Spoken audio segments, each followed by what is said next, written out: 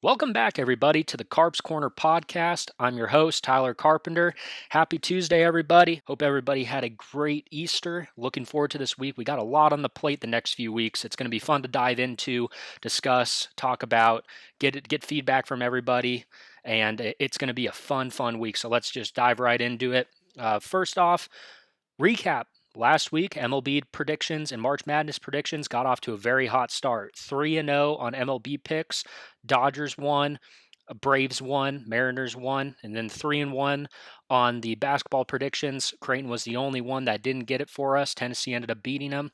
But then we had a really fun Elite Eight on Saturday and Sunday. Very exciting. We're going to the Final Four this week.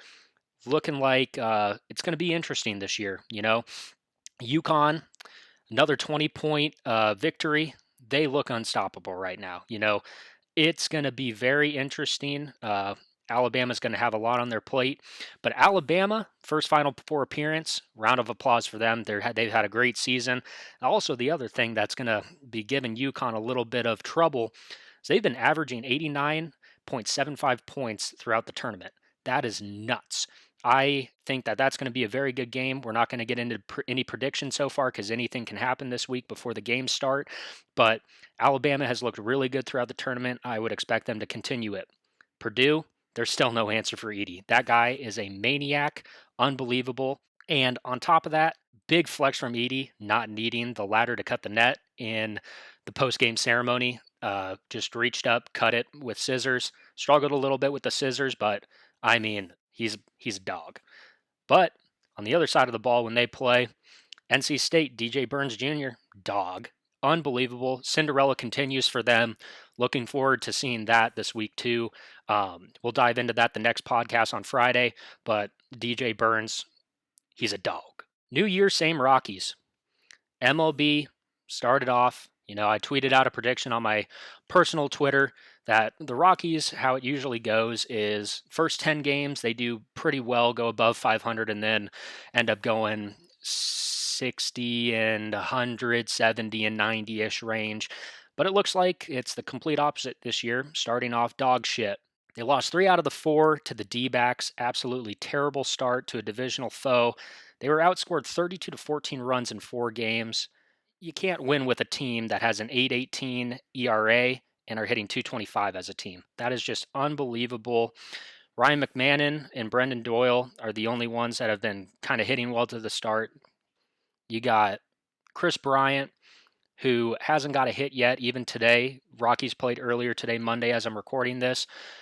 Couldn't string in a hit. They looked absolutely embarrassing out there. Ended up losing to the Cubs. Unbelievable how tough that start has been so far. Other MLB news, the Yankees, Tigers, Pirates, and Brewers all swept opening weekend. Fun fact about the Yankees, for the first time since 2003, have been 4-0 to start the season, so I don't know if that's a good sign or a bad sign, but they've been off hot with the Juan Soto addition. On the other side of things, not so hot, Mets, Marlins, Astros, and White Sox all got swept. They're still winless. It's kind of tough. Kind of surprising, the Tigers off to a hot start this year. I mean, you think of the Tigers the past 5, 6, 7, 8 years, they've been awful. But who knows? It could just be kind of like what the Rockies typically do, the typical Rockies. But it's going to be a fun year. The other thing that I really want to discuss about is the bet against Oakland trend. PFT from Barstool is heading the charge of betting against the Athletics throughout the 2024 season to protest the Athletics front office. I think that is hilarious. I've been riding that train.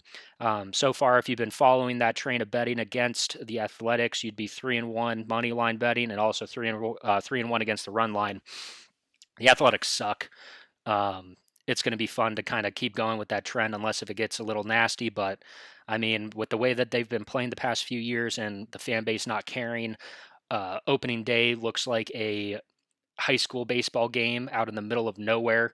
Not many fans showing up. You have fans just not enjoying the game. You got the athletic faithful that still shows up every once in a while, but you're pulling in crowds that some SEC games are pulling in more every single game. So I like this trend. I think it's hilarious. Let's keep riding it. Other sports news. We got 2 weeks until the conclusion of the NBA and NHL season. So far in the NBA, Celtics have clinched the Eastern Conference with 11 games ahead of the Bucks. So it looks like they are very hot. They've been a heavy favorite to win the Eastern Conference the entire year. Bucks are a very good competitor for them, so it's probably going to be one of the two in the Eastern Conference Finals. On the other side of things, the Raptors, Charlotte Hornets, Washington Wizards, and the Detroit Pistons are all eliminated already from the Eastern Conference. 2 weeks left. I mean, you kind of knew that those four teams have not been the hottest recently. Better luck next year. But the Eastern Conference is kind of a two-team powerhouse with the Celtics and the Bucks. But it's going to be interesting come playoff time. Playoff basketball is always crazy. It's going to be fun to watch. On the other side of things, OKC and the Nuggets have already clinched the playoff berths as they're battling for the conference title. They're both within a half game of each other right now with probably 10, 11, 12 games left to go. I'm rooting for the Nuggets as always. They've been on a bit of a winning streak, and then they lost the past two. One Sunday, Easter Sunday, so that was a good win for the boys. But it's gonna come down to the wire. Hopefully, the Nuggets get the Western Conference Final again, and maybe go back to back in the championship this year. On the other side of things, the Jazz, Grizzlies, Trailblazers, and Spurs have all been eliminated from the Western playoffs. A lot of young talent there. It's going to be fun to watch them grow as a team. Trey Jones on the Spurs, going to be very fun to watch in the next few years.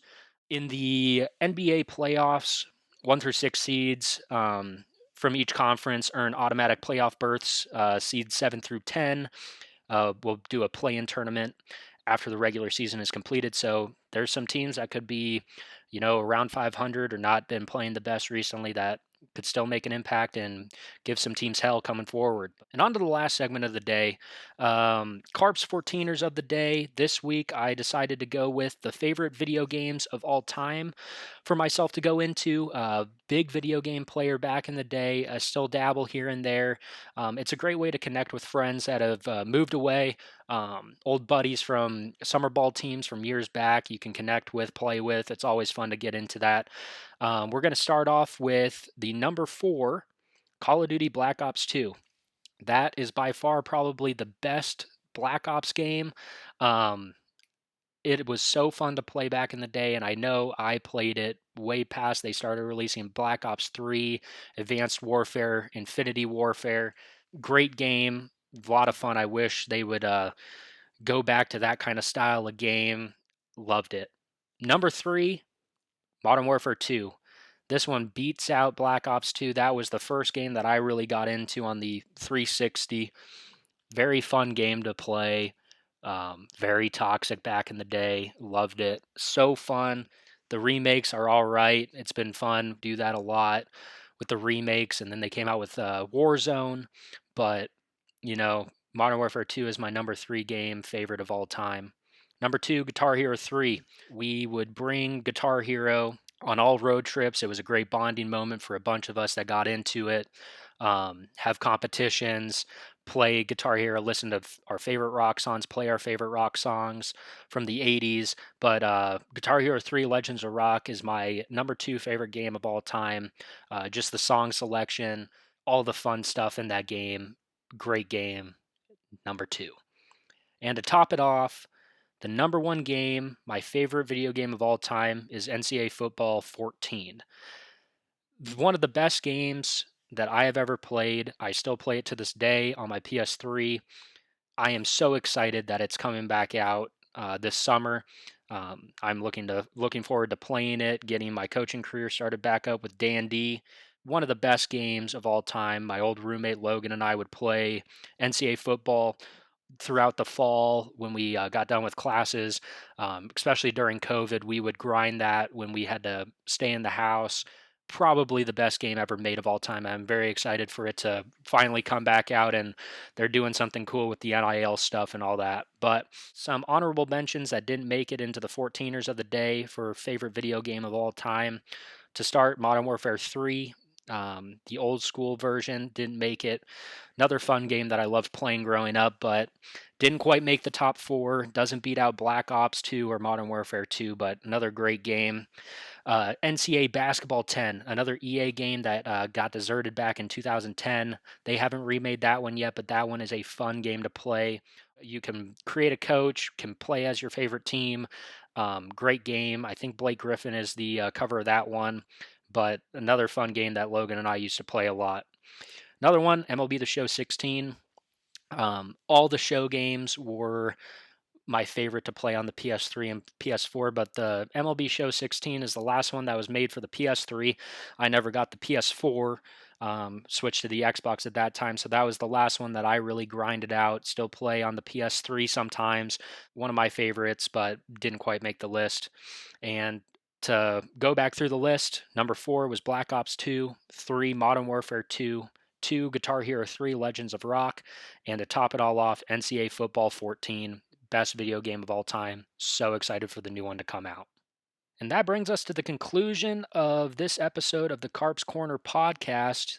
A lot of things coming up this week. It's going to be a very busy week. Friday, we're looking to discuss about the Final Four, going into the championship game of March Madness, the conclusion of NCAA basketball. We got college baseball that's kind of been kicking into the gear with conference games. Can definitely touch about that the upcoming weeks.